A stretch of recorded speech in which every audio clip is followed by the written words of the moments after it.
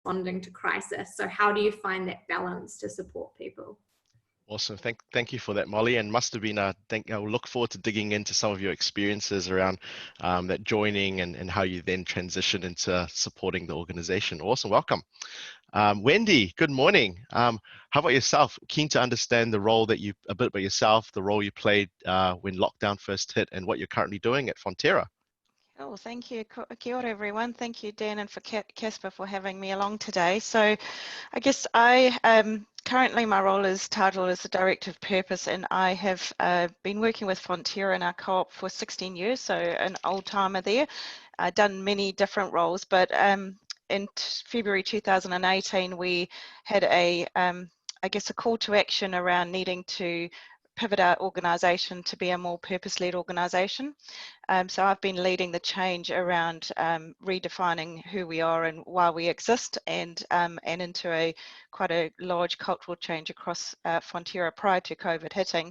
And then I guess in terms of February this year, when COVID hit us first in our China office, being part of our group response, looking after our people and wellbeing stream on our group crisis response. And I guess through that and the work we were doing, it's actually been a huge silver lining, as many crises do have, of us being able to accelerate some of the momentum and change that possibly would have taken us years to achieve, that we've been able to achieve in a short space of time. And with Dan and Casper's support, it's sometimes slow going, but it sort of goes slow to go fast, and we definitely are creating a lot of momentum in terms of thinking about what we've learned through COVID, what that means for now, but also I guess what it means for our next 150 years as a co-op.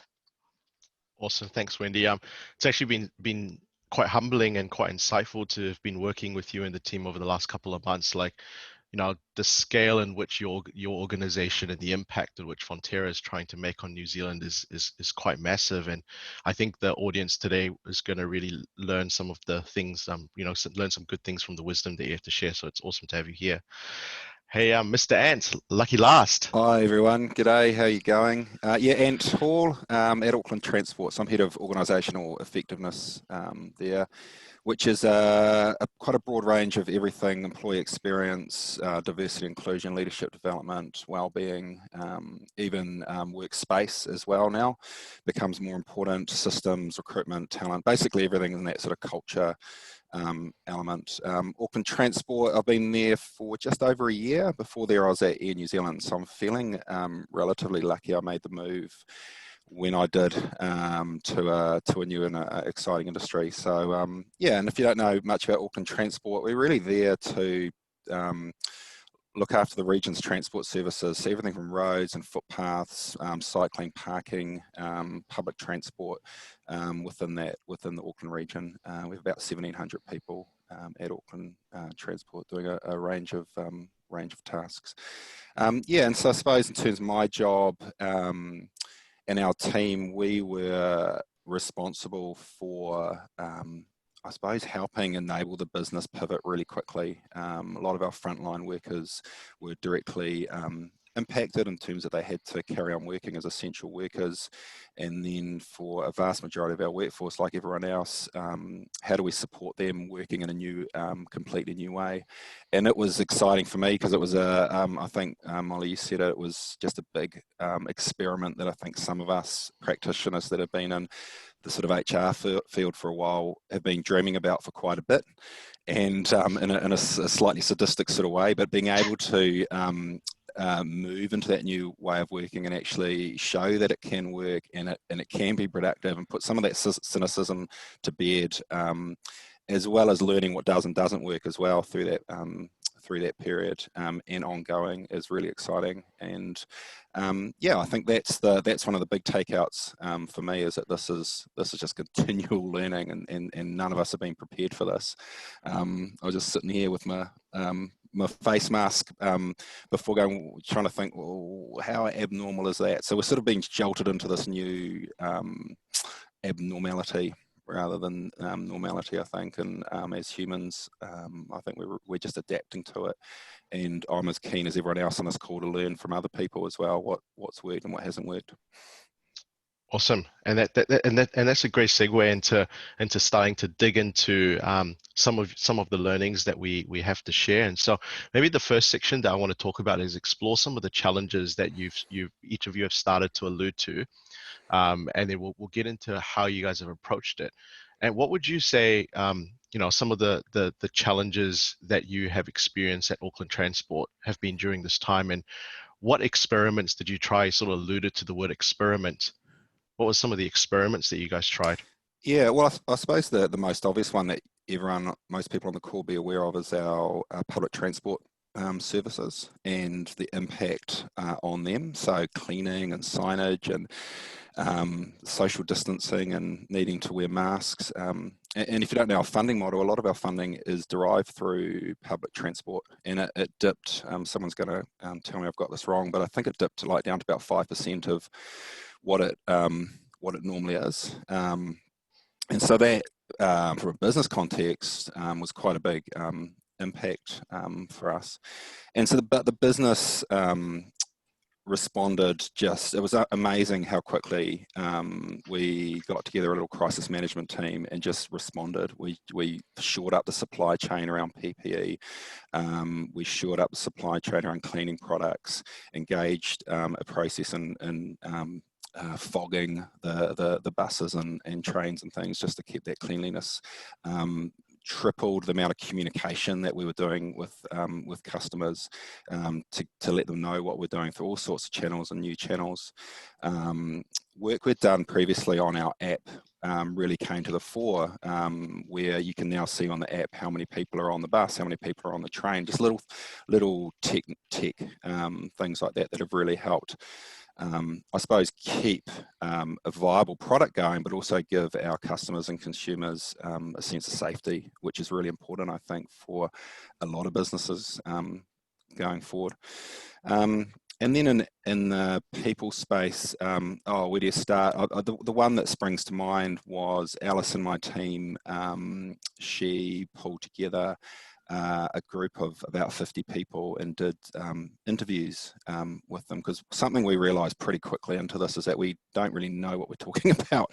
As I said, well, this is all new stuff, so let's ask our people what they think and what they're experiencing and what those lived experiences are, and that more sort of empathy based, rather than chucking out a survey, which we did. I mean, little pulse checks and all of that, that's cool. But I think when we actually engage with our people on a more personal and direct level, we really got to understand what was working for them and what wasn't working for them, what they needed and what they didn't need. And that helped us respond. And I'll give you an example of using Teams has been a godsend, and getting the CEO to be able to present to say 1,200 people at one time. We'd never done that before. So that's a huge positive. Shane jumping on a live cast and taking Q&A, and we wouldn't have done that before this happened.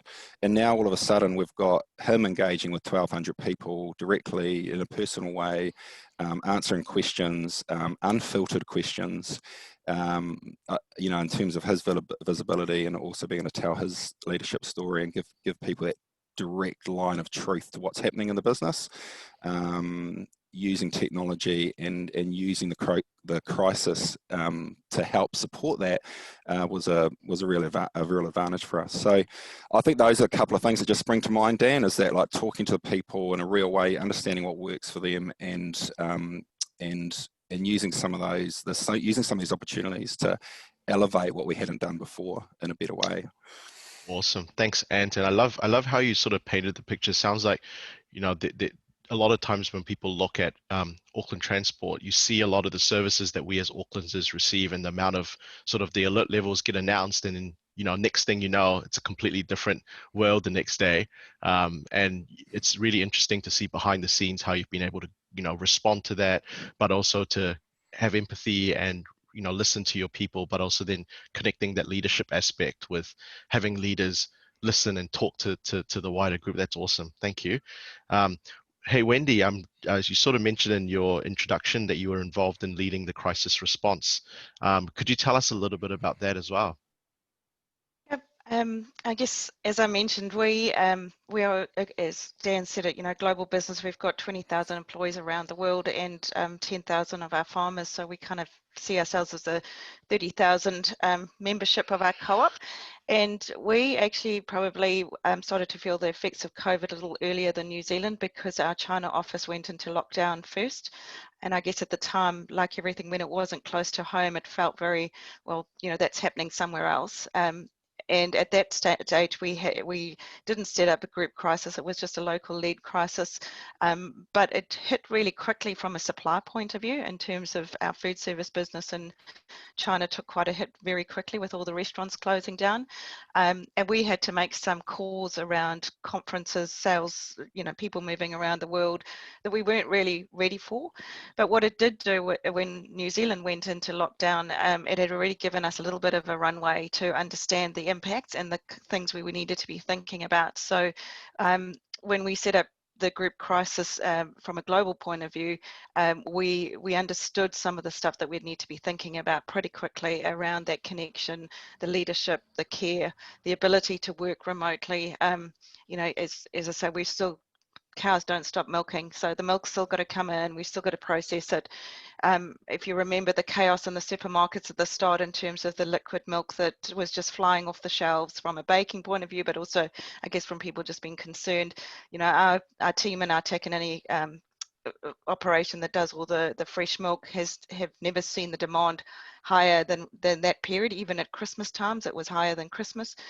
So all of that had to continue despite the fact that we had people working remotely. We were getting used to the safety regulations at site in terms of what needed to be in place. So I guess we're really fortunate that we've got an amazing group of diverse people. The head of our medical team, who is, he's worked for Abbott Nutritionals, the diligence that he put into the response of what it took to keep our sites safe, and the protocols we needed to put in was world class, quite frankly. But then we had about 19 people on our group crisis response from a government, obviously dealing with government. There's a strong reliance on us to make sure that we kept supply chain moving, obviously from an economic point of view. We had global representation in terms of what was going around. We have people around the world we needed to keep safe. I mean, if we thought we were bad here in New Zealand, some of the military rule in other parts of the world was pretty, we were able to get out and have a walk. They were not allowed at the apartments at all, and they could literally get arrested if they did walk out their apartments. So wow. That care for people and that ability for our CEO to reach that number of people around the world was pretty key. And I guess for me, it was started to get to the point of also we had so many different people to think about. So if you think, I suppose, some organizations that just said just 100% work from home, we couldn't do that. We had to consider people that had to come to site, so essential workers. We had to consider people that still needed to keep our farmers equipped with stuff to keep going on their farm.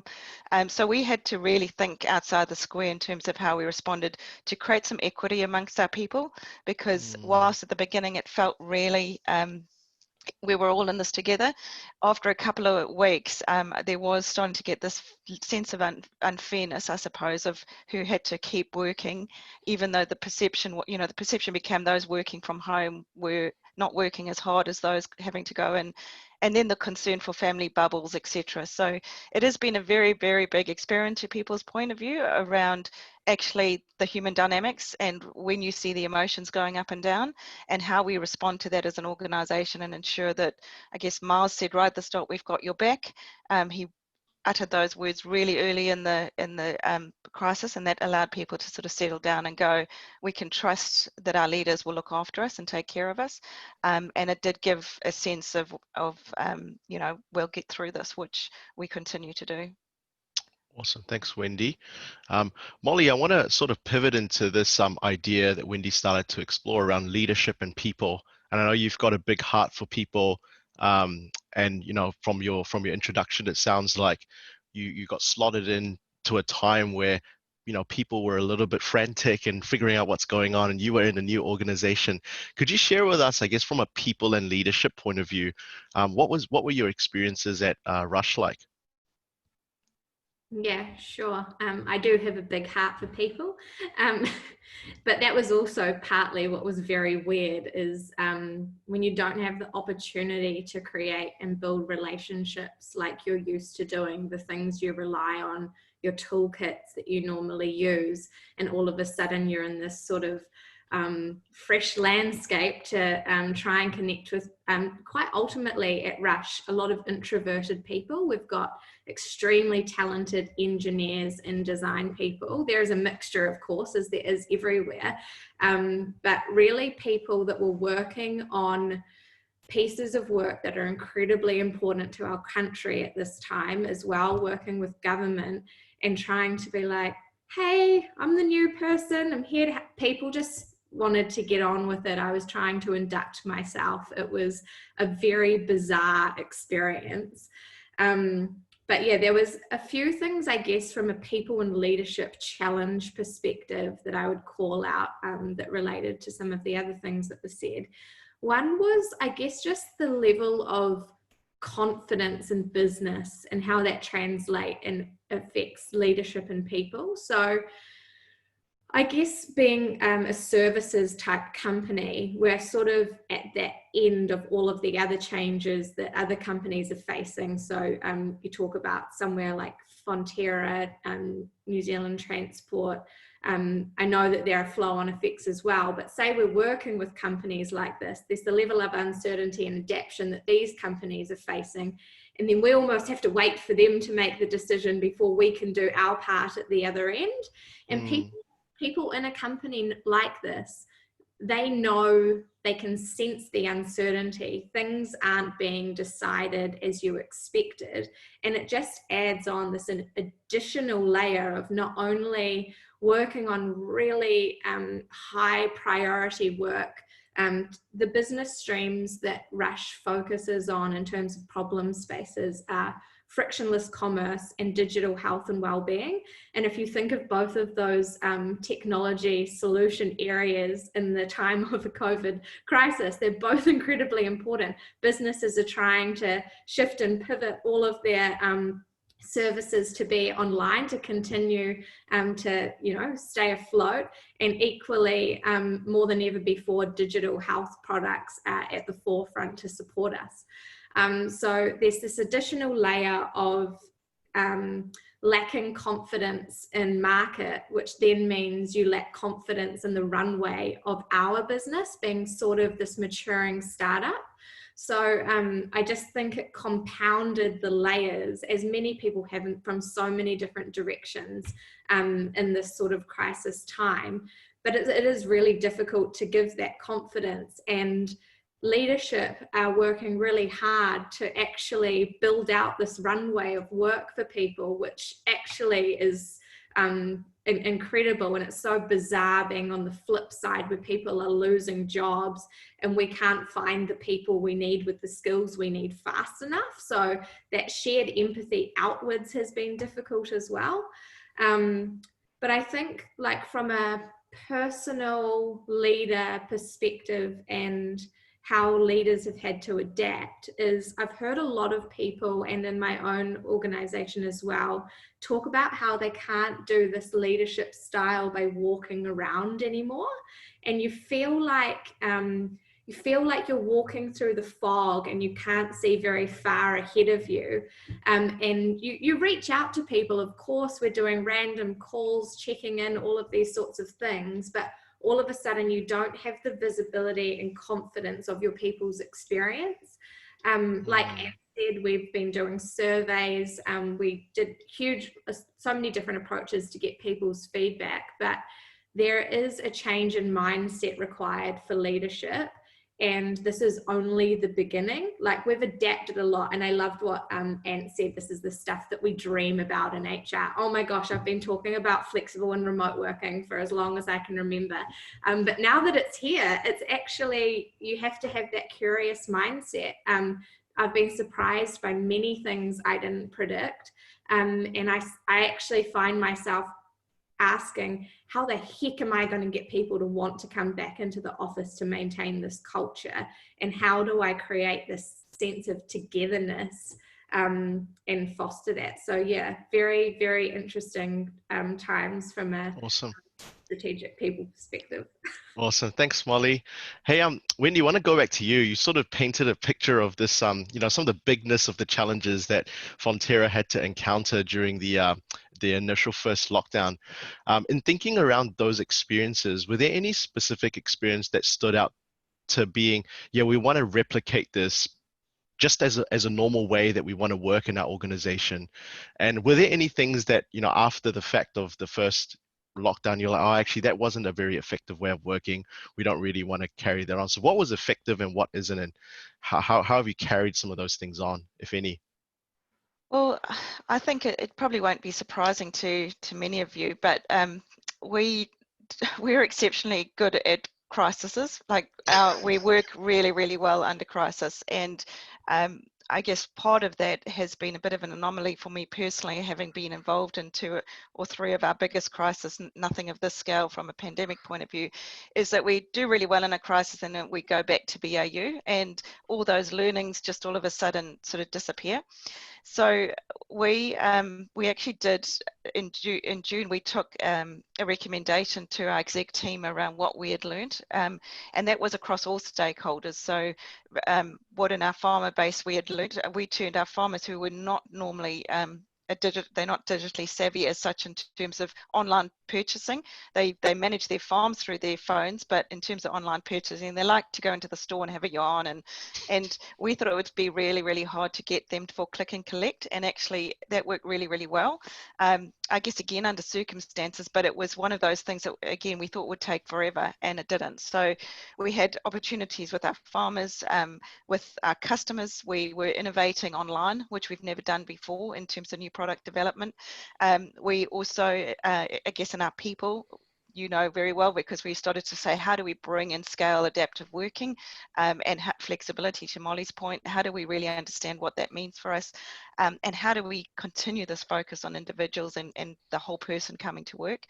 And then in the community space, we did a lot with New Zealand Food Bank, and we got out there in terms of broadening our scope of what impact we could make for New Zealand in a very short period of time. So we took all of those learnings and said, how do we actually make sure this becomes BAU instead of just reverting to type? And that's worked well in terms of momentum. I guess in terms of what hasn't worked well, and I'll go back to the flexibility, which was really interesting for me, is that we had heard quite consistently from an office-based perspective that working from home was more productive, people enjoyed it, obviously the extroverts wanted the connection. But from a leadership point of view, whilst people were very supportive in the initial days because it was sort of compulsory, you had to work from home, when we started to get back to the office scenario, we started to see some of the old ways of leadership of, I need to see my people. And they were actively telling people that they needed to come back into the office, which was so contrary to what we had put up to the exec team of, we need to learn. It's, as I said earlier, we couldn't say we're never going to go back to the office because that doesn't work for us, but we wanted to keep the momentum. And yeah, we saw this really bad behavior of old leadership going, I need to see you to know that you're productive. So being able to work with those leaders to understand what was driving them and then try to do that change management at pace, because we didn't want to lose all of that good momentum, was quite incredible. And I think almost fortuitously, dare I say it, we went back into lockdown in Auckland that kind of reminded people that this was going to be a different way of working, and we needed to adjust. So really good stuff and lots of momentum, but a few, where we slipped back into human habits pretty quickly, which we have to like, don't know. I can relate to that. So it's exactly, I think a lot of organisations have probably experienced that same, people default back to what they're comfortable with. One little thing we did was we've just started a campaign around flexible working, and if you can picture me with my raised eyebrow, that's the image we're using. And it actually came on one of the live calls with the CEO, where someone posted a question about my manager. I still get a raised eyebrow when I leave work early, or something to that effect. And so we use that image of a raised eyebrow in the campaign to really just start a conversation around, what does flexible working mean for you? Are you still getting the raised eyebrow, or is the raised eyebrow a good raised eyebrow? Is it a bad raised eyebrow? What are people's sort of concerns and questions still, because I think you're right, Wendy. We've got years of untraining to retrain with some of our leaders and some of our people around what they're comfortable with and what works with them, and we can't expect it to just change overnight. So I think starting the conversation, digging and finding out why some of those behaviours make them feel comfortable, and looking for alternatives. I think for the most part, though, people are really starting to adapt and see the benefit, and that cynicism that used to be there is definitely going away as you see productivity not just maintain the same, you actually see it increase in many regards. Awesome. Molly, did you have anything you wanted to add to that? Yeah, a couple of thoughts came up for me around leadership and kind of coming in and out and realizing that, it's here to stay and reverting back to old habits. And something that's obviously front of mind for me at the moment, because it's Mental Health Awareness Week this week, is the concept of burnout. And this is obviously for people across our organizations in dealing with the challenges that is 2020, but particularly for our leaders. It's compounded for our leaders, and there's a sense of trying to hold it together for everybody. But this, it's like when we talk about stress versus like longer term mental health challenges, stress is usually for like a succinct period of time, and it's around a specific issue, and you can kind of come in and out of it. But what we see with something like this is there's no room to come up and breathe for air. And how are we supporting people and acknowledging that that's a really likely outcome, that people are going to be burnt out and experience more mental health challenges than they've had before. And I've had it explained to me before, and probably anyone that knows me on this call has heard me share this reference because I always go to it. But it's like, we don't think about our mental well-being the same way we think about our physical well-being. And that if you were playing a game and you twisted your ankle, this is like maybe the first lockdown. You twisted your ankle and like, oh gosh, you're a bit out of action. Like, do you literally, for how many months are we? 6 months, keep playing the game on your twisted ankle? Like, imagine the state of you by the end of that game. But I feel like from a mental health perspective, we've continued playing on this twisted ankle, and then we fell over and twisted the other ankle. And now we're just sort of like crawling along, trying to support everybody else. And no one's going on holidays because they cancelled them all. So how are we encouraging our leaders to normalize that if they're feeling burnt out? I 100% expect that. And who's telling our leaders they need to take a break to be there for our people? Because I think there's probably a lot of people out there just hanging on, and we need to start with supporting ourselves to be there for other people. So I just think, everything I'm hearing you guys say, I completely agree with, and some wonderful things. But I'm sitting here going, who's looking after you? That's actually a really good point. And Celia, thanks for posting on the chat. Very similar point to what Molly's raised, that Celia said that, Wendy, we've seen some of our leaders revert to the same behaviors as well.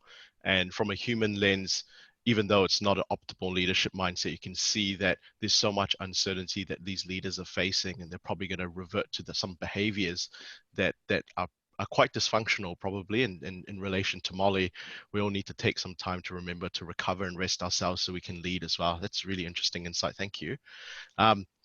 It's quite interesting being in the second round of lockdown, and who knows, hopefully we won't have a few more, but I think it's going to be a little bit like this for the next little while. And it kind of feels like we've passed this initial big burst, and we're going into the space where this uncertainty is quite normal. A lot of organizations are thinking about changing the way that you work, changing the way that you respond so that you can live with this new normal. Maybe to the whole panel, I'll just throw this question. What has sort of changed in your organization? Is there anything that you're seeing as different to how you need to respond to this being, I guess the new normal isn't stable, the new normal is uncertain? And what are you guys doing in your organizations to sort of respond to that? I can jump in with a couple of examples. I think the word agility pops to my mind, and which is a response to unstable times. And so how do we build more agility into the organisation? I don't really have the answer, but I mean, that's a challenge that we're leaning into and facing within our team. We're doing some work, actually working with you guys at Radically on what that could look like for us, how we be more agile, not just what we do, but in terms of how we do, and some of the mindsets around that, like growth mindset and thinking in a more agile way. And that goes really to the heart of that leadership question, I think, too, around how do our leaders lead in this VUCA, this extreme VUCA world where their agility is critical. And just on that leadership thing, the other thing that's as well as everything, I agree with everything everyone's talked about, it's some of that harder, well, maybe arguably not harder, but what people would tend to call hard skills, some of that commercial acumen has even become more important for leaders than it ever has before. Times are tough, financial situations are tough, not just managing people through this change, but managing finances through this current climate as well is really tough. So I think also think about how do we equip and build leaders to be more commercially astute is another challenge that we're leaning into as well. And the other one that's springing to my mind is space and office space. The sort of unintended consequence of flexible working. How much of it do we need? And of that we do need, how do we use it more effectively to create that collaboration, to undo some of those old habits, to remove some of those pokey little meeting rooms, to create more agile working spaces.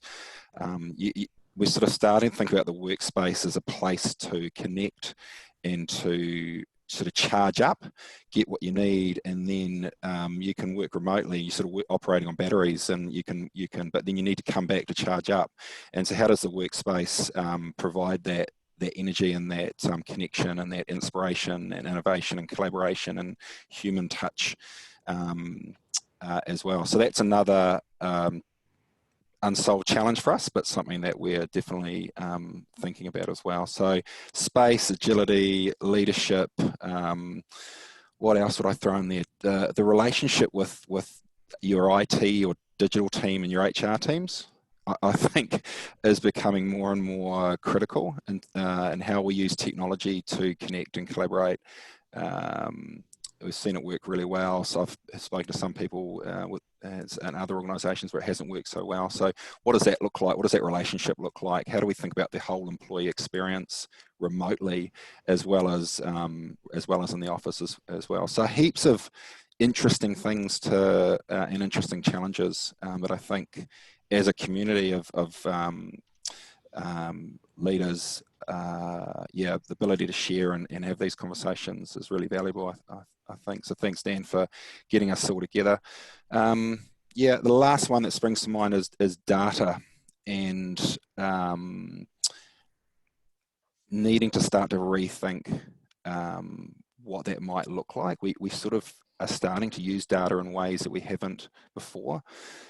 We have, because we're a Microsoft company, we have access, and we can sort of see, when people are in meetings and when they're on Teams and when they're online and when they're chatting, and you sort of get that. We don't see what they're doing, but you can see the data and the times behind that. And we've actually seen people work longer hours. We've seen people start earlier, finish later, taking less breaks. So actually that burnout, we're starting to see that through data, as well as anecdotally as well. But at the same time, we're seeing people being more productive, less multitasking, less time. When they're on a meeting, they're on a meeting. They're not also in their email. They're not also chatting. They're not also sort of scrolling through their calendar. So that intensity of focus, longer hours, is going to have an effect on people's work-life balance as well. So we need to start thinking about, and we already are starting thinking about, how do we support people and give people the knowledge to self-manage through that, but also as leaders, how do we lead our people, making sure they are getting the breaks and they are looking after themselves as well. Sorry, that was a ramble. There was a few things. No, it's really good, and I think what I feel really insightful from that is just probably less like me, a lot of others on the call. You've painted a really transparent agenda of what you as a function, as a people function, are actually doing to serve the organization. And what's quite fascinating is if I'd asked you the same question 6 months ago, your agenda would be totally different. And so just for other leaders who are on this call, it probably helps to know if you're working on these similar things, you're heading in similar directions. I wouldn't be tempted to use the word right, because there's actually no right answer. I think we're all exploring. But I think there was a flurry of chat, and when people when you mentioned those, I think people love this idea of recharging, creating a physical space to recharge. Wendy, I sort of want to go to you and ask and sort of ask you to share a little bit more around this space. Sort of what have you got any sort of thoughts that sprung to mind as you sort of listen to Ant share that? Yeah, very similar. I mean, if I start on the workplace, that was one that I think many people jumped on in really early days of the first lockdown. Of, well, you know, we can get rid of all the buildings, and it's going to save us lots of money. And then obviously went the sustainability route of sort of also stop the commute, etc. So there was lots of excitement on exploring what that future workplace could look pretty quickly. I think then the reality hit in terms of what Anne's saying is that actually what we don't need to go down the route of no workplaces. It's more that they need to look different in the future from a connection and actually when people are going into the office now, it's not about sitting at your desk being on Teams calls. It's actually about you want to go in there to create that personal and social connection and brainstorm. So probably more of a shift towards that. I think a number of things that we're looking on, which is very similar to what Ant's already covered, is what does well-being look like in the future? We're an organisation, as many would be, that health and safety has been everything to us, and food safety quality. But well-being, to Molly's point, is so critical, and all of the information in terms of this long burning effect that it's going to have not only on ourselves, but also, I guess, families and children. And we're really mindful of the fact that, you know, especially here in New Zealand, but also around the world, that many families are impacted by job losses and kids not being able to go to school. And what is that going to mean? So to the point around mindset shift again is, how do we take well-being away from being, you know, in some people's mind, you know, the fluffy stuff, if I have to put it that way, to it's, if not more, you know, equal, if not more serious than health and safety. And I've been plugging that really hard in terms of the response, in the sense that if people are tired and fatigued, the likelihood to have injuries or make mistakes or make the wrong decisions is so much higher. So what does that actually look like in terms of that priority for an organization in the future? Working with you guys in terms of, you know, what does agility look like around a global organization at scale? How do you make that work when people are so entrenched in a BAU hierarchical structure? We know and we learned that getting the right diverse people on the job to deliver outcomes is absolutely the best way to deliver to customer needs. But then we revert again back to, but there's a hierarchy and a structure, and how do you free up resources? So, you know, all of that needs to be considered. Capabilities of the future, I think, we're going down a path of very much a digital enhanced capability, whereas I think COVID's taught us the human connection, and that human thought is just as important, and we can't lose that. So pivoting some of that sort of, do we need digital Salesforce tools, or do we actually need human-centric tools to help people cope in the future? And the last one is really around strategy, actually, in terms of we are currently relooking, even though we only launched our 3 to 5 year strategy in September last year, relooking at what does the next 10, 20 years look like, because nutrition is going to need well-being support, is going to need nutrition. Do we go high end versus volume based? You know, what are the skills that are going to be required to support that? But more importantly, actually looking at the demographics around the world of, you know, is food service consumer business going to be where we need to play, or is it in a different way? So, and I guess for me, that's really encouraging, being more purpose driven in terms of what is the impact we want to make on the world in the future, as opposed to, you know, just about profit. And that's hugely, you know, comforting for me that in such a short space we've gone to thinking really big about impact, not only for New Zealand, what can Fonterra do for New Zealand, but what can we do in the world? That's awesome, Wendy. And I wanted to stay on this topic. It's really interesting when you talk about strategy. Like, it's a lot of times, I don't know, if I ask you, how long does it normally take for Fonterra to work through a 3 to 5 year strategy? Would probably be quite long, right? In terms of the process, is normally 8 to 12 months. Yeah. Yeah, and the reason why I ask this question is it's very interesting for businesses nowadays, like to revisit that and to look at that. What has sort of got to change the DNA of a business? Because you can't keep doing 8 to 12 months of strategy redesign, right? And so this idea of agility or adaptability is becoming, even more and more important. I mean, what would you say that you're seeing in your organization that needs to change to be able to, thrive and survive through this period in relation to strategy, how you operate? Yeah.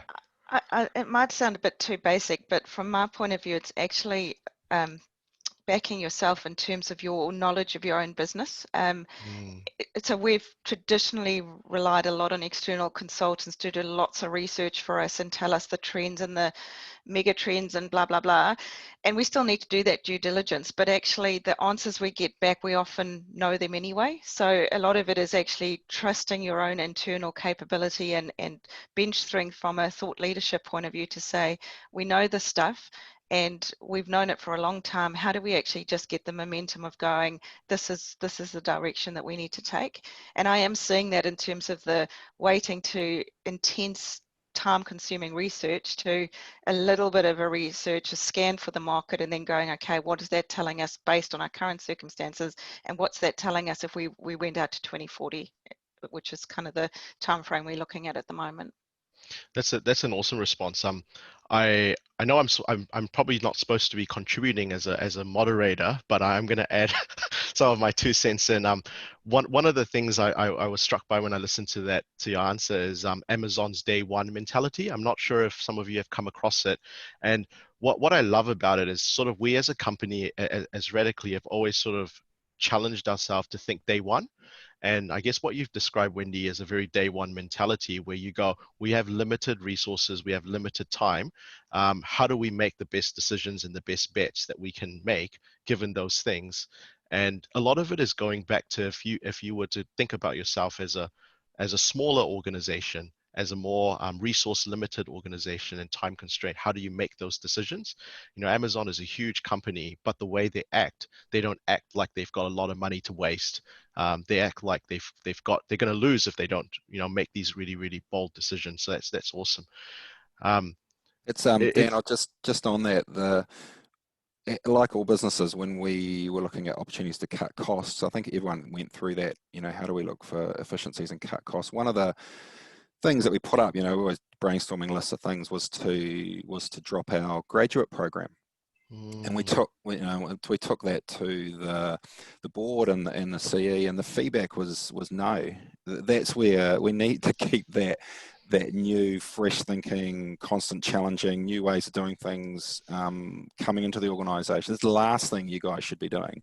So it was great to get that support, but it also reinforced for me, it's a little bit like that day one mentality of always asking, always challenging, is there better ways of doing things? And you've seen people with that mindset really thrive through this period. That's awesome. One of the different things that I'm sort of, it's very humbling to see. We've got a big co-op, one of New Zealand's largest company. You've got a smaller New Zealand local kind of service shop.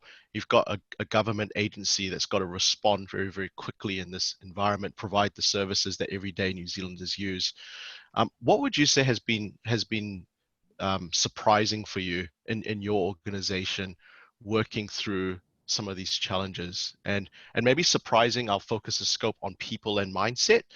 Like, has there been any sort of surprising things for you when you look at your people and the way they've responded to some of these changes in your organization? Surprising, I think I alluded to before. I'm a huge advocate of flexible working. Surprising to me was how fast the shift happened in the power balance of expectations of employees. not surprising that it happened, but surprising how fast it happened. And so for me, obviously, knowing I'm very close to the employee feedback and sentiment around what their needs are and where our challenges are if we make the wrong call for people, but obviously balancing that with what we need to do to move forward as a business to be successful. And when I did this 6-week experiment and getting people's feedback, I was quite surprised, like the initial feedback that I got from people. Like I had a comment that was something like, it sounds like flexible working without the flexibility, because I'd put stuff in there around like, you know, you work 3 days in the office, 2 days from home. Everyone comes in on a Tuesday. The second day you decide with the team. And there was just a lot of information in there advising people how to make us successful in doing this, and kind of like the almost negative sentiment that came through from that initial approach, I was a little bit taken back by, and I thought, okay, if my leadership team is not connected to what this new expectation is, we're going to run into trouble. And so how do I paint this picture to get us all on the same page? Was I actually went out to something like 20 to 30 contacts I had in businesses that I would liken to a similar talent pool that we look for in market, to paint the picture of this wider experience of employees changing expectations. And I very quickly found out a couple of things. One, there was no organizations that weren't now offering this flexibility. And secondly, no one had actually made a decision on it. So something that has surprised me is the lack of willingness for organizations to make decisions in these uncertain times. And it's just this ongoing experiment, which is essentially what Agile is, right? It's continuously adapting, being curious to get new information. But the difference now is we're getting so much more information so much more regularly. So for me personally, where I'd normally have a 2-week sprint of planning, I'm having to almost do 2 daily sprints to replan what's needed. But I feel like what people need is consistency. Like there's all of this uncertainty in the world. At least what we can do as an organization is give them some certainty where we can. So make a decision, say it's this, and say we'll adapt it if we need to. So yeah, I think probably the biggest thing for me was that one there around how fast those expectations, the expectations were always there, but the power to push forward with it from that employee balance got stronger. And then I think the second one, what you someone was talking about, the different capabilities we need, because I've worked with Radically in a lot of depth and kind of had this amazing time where I got to absorb all of the depth of experience and knowledge the team has around Agile. Something it took me a while to get my head around was the concept of autonomy. And when you have these adaptable, self-organizing teams, the human capability that you need to make that successful is knowing how to be individually autonomous. And it's a skill and a mindset that I think takes years to build. And so we're throwing all these people out there in their own environments where we can't provide those same supports that we used to because we don't have the visibility and the structure. And so now I feel like we need this focus on how to build the capability to be autonomous, to manage self, to manage burnout. Like we don't see productivity going down because our people are often working more than they used to, but where do they place boundaries around themselves? How do they make sure they can connect to the organizational context if it's not thrown in their face on posters on the wall, like all of these sorts of things? So these are the interesting things that I've been thinking about too. Awesome. Thanks, Molly. Anything to add from either of you both?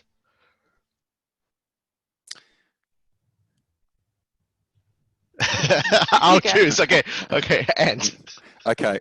I think a surprise for me is in the recruitment. When we think about recruitment and employment branding, that's I suppose as an organisation we're in a reasonably good situation compared to many others, and the ability to, I suppose any organisation, regardless of their situation, is take opportunities like that and use it as an advantage and leverage it. I think decisions that companies are making now will define their employer brands for years to come. Yep. And that's a really, so I think, important context to put in place. Like, what you're doing now is going to impact you and your brand, how you're treating people, how you're treating customers. For us, it's meant we'd put hundreds of roles on hold when we were recruiting, but we recruited a few, and of those few roles, we were getting hundreds and hundreds of really good applications, because I suppose we were seen as a reasonably stable employer with some pretty big projects and meaningful work and doing good things for the Auckland region. That sense of purpose really comes to the fore that both Molly and Wendy have talked about as well. But there's a downside that I think we are heading into. There's a lot of unemployment.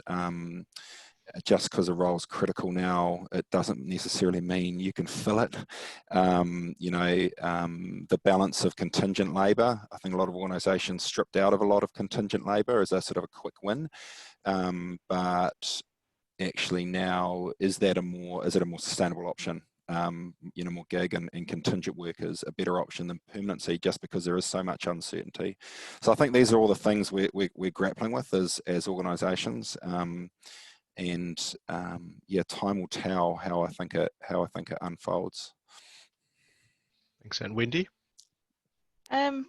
Probably, I wouldn't say it was surprising. It was probably just a really neat thing to see how quickly sort of the leveling of us all being humans, and that was so incredible to see very senior execs that you never knew anything about their home life, or even them being vulnerable in terms of some of their fears for their children, all of a sudden just became the norm in terms of conversations. And I think that what surprised me is probably that why did it take this for us to be able to work like in that open, vulnerable, human-centered way? Why couldn't we just do this as part of who we are every day? And to the point of one of our very, very blue-brained engineering guys who you'd never expect to opened up really. We've been having global calls that we call our good chats around the world, that people just come on and we're just talking well-being and how people are feeling. And he shared very openly about his daughter in Australia who was in the medical profession. And, that was just a moment in time, I'll always remember it, of the silence on the call of like, did he really open up? Did he really say this? And the impact that it's made on his team and people, like just all of a sudden going from sort of sitting on the fence about him as a human being to actually just going, wow, he's a great guy and I wish he was just more like that more often. And it's almost opened up him in a way too, of he's much more, he seems more relaxed, even though he's got a huge job of, I've been able to be myself. And I think that giving that sort of freedom for others to then open up, and we've just got such a neat thing going at the moment because of that sharing. And it surprises me that it took something like this for us to level out from a hierarchy, and we're all humans and we have families and dogs and etc. So that's really, really neat. And I would not like us to go back to, well, I've got to put the mask back up now because things go back to normal, or any form of new normal, whatever you want to say. That's such an important insight. I think so many organizations I've talked to where their CEO is sitting in their home with the background and their kids are running around and they're sort of on Zoom or video calls. The humanness that portrays is so important, and sometimes we forget that. The one thing that I think is really interesting for us is, a lot of times when people think adaptive or agility, people think about process. And what's so important is all the things that, Molly, Wendy, and Ant, you've talked about. It's actually nothing to do with frameworks or process.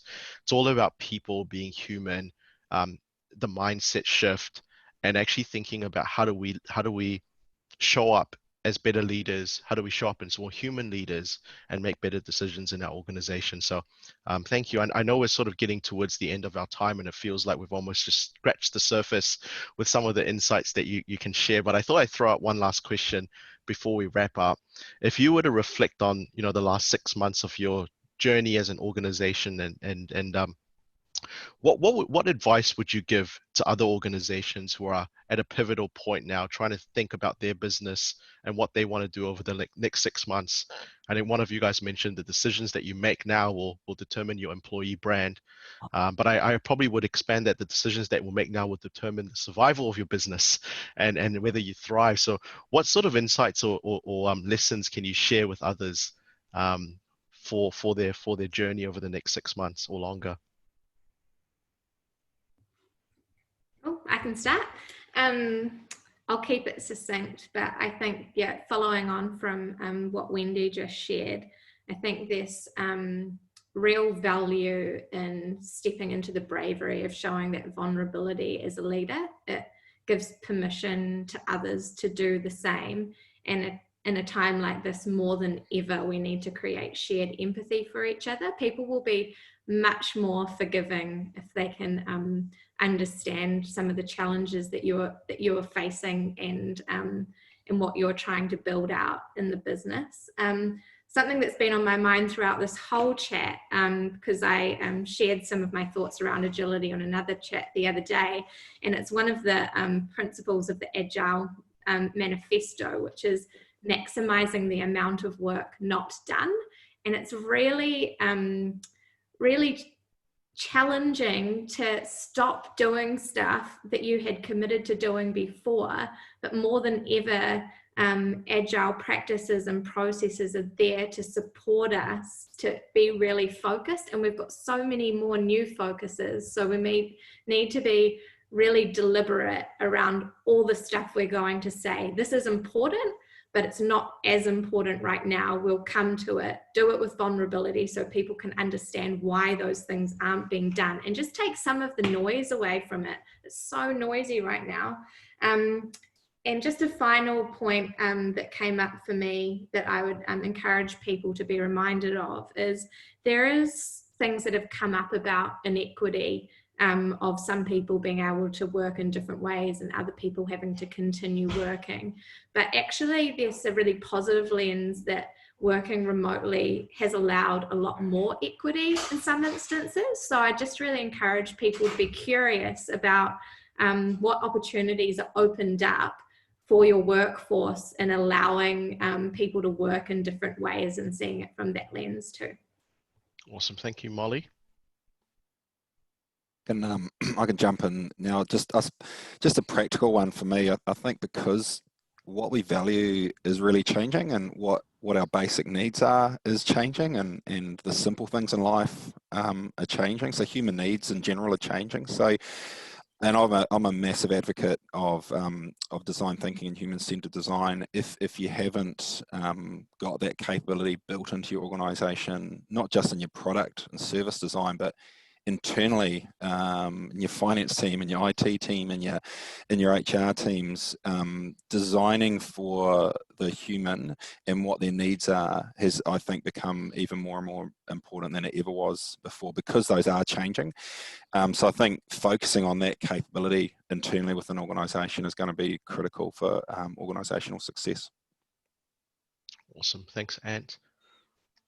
Yeah, for me, it's definitely be courageous and be bold around what the future could look like. So don't in your organisation be one of those change agents that can imagine a greater future than what was pre-COVID. I think also maintaining with that a strong moral compass of why we're all here and who we're here to serve. And the last point would just, that level of care that has stood us through connecting as human beings, connecting and caring for each other, that must continue no matter what choices we make from a business point of view.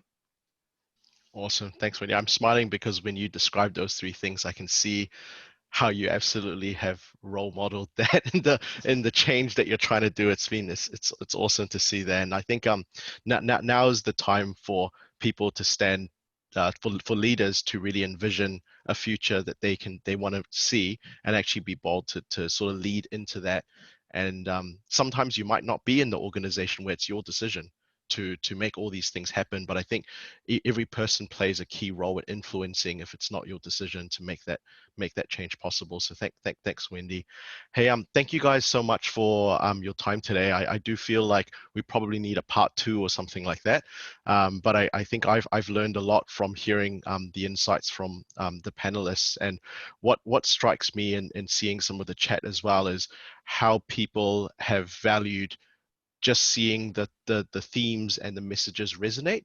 And I know even for myself as a small business owner, it's sort of, sometimes it does feel like you're in a little bit of a bubble when you make these decisions. You go, oh, am I really doing the right thing? And when you hear other businesses that are doing similar things or have gone through similar challenges, it is very encouraging.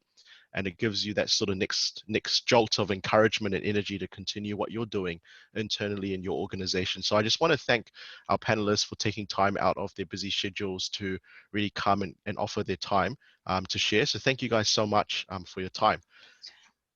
Pleasure. Pleasure. Thanks, Thanks. No problem. Hey, I'm going to hand this back to Casper to close us out. Hey, thank you, Wendy, Molly, and Dan. Celia wrote a comment that I'm very struck by how much all of these insights resonate and are aligned. The themes are across very different organizations. It's very validating to hear the commonality, and I think it was very insightful for me that we are all going back to the basics of humanity and human needs, and we are trying now to bring those changes. And to Wendy's point, it's a little bit sad that it took crisis to make it happen, but it's great that now we can use it to drive the changes. Thank you everyone for coming together. I think great things happen when we all together, and this is one of those experiences that was very powerful. We are going to share the recording of this video with all of the attendees that registered, and thank you very much. Have a great rest of your day and great rest of the week. Thank you, everyone. See you later. Bye. Thank you. Bye.